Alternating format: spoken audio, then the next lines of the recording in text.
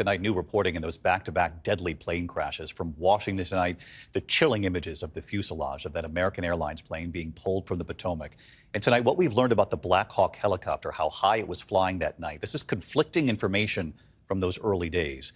And in Philadelphia tonight, the black box from that medical transport jet that crashed has now been found inside a crater 8 feet deep from the crash.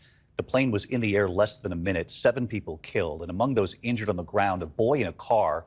Metal from the plane lodged in his head.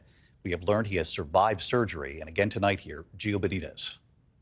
Tonight, the extraordinary scene, the fuselage of that American Airlines flight pulled out of the Potomac River, the cabin in shreds, the crash with that Black Hawk killing 67 people.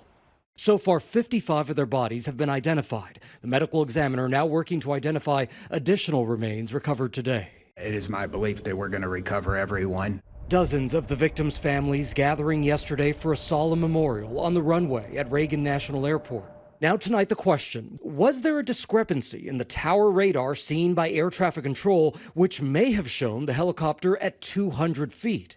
Initial data indicates that he may have seen 200 feet. That needs to be verified. 200 and below is where the helicopter should have been, but some of the most trusted location data shows the crash happening at just over 300 feet.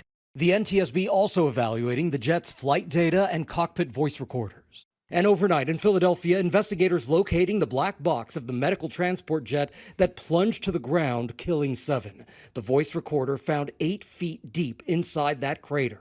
If you look at the impact and how deep that crater is, it was a very steep angle at which that aircraft came down. Data from Flight Radar 24 shows the medevac Learjet en route to Mexico was in the air for under a minute before the crash. All 6 people on board that jet killed, including a mom and her 11-year-old daughter who had just received medical care at nearby Shriners Children's Hospital. Another killed in a car on the ground. At least 24 people injured, among them 10-year-old Trey Howard, his father describing the harrowing scene to our Stephanie Ramos. We're turning to Cotman Avenue, and you just hear a loud bang and then a ball of fire. I turn around, he has metal out the side of his head. Trey then rushed to the hospital where he underwent emergency brain surgery. He's now in recovery. And David, there are still so many questions. The NTSB is now working on a detailed timeline for both of these crashes to see exactly what went wrong. David. All right, Gio Benitez and the team, I thank you for your reporting for days now. Thank you.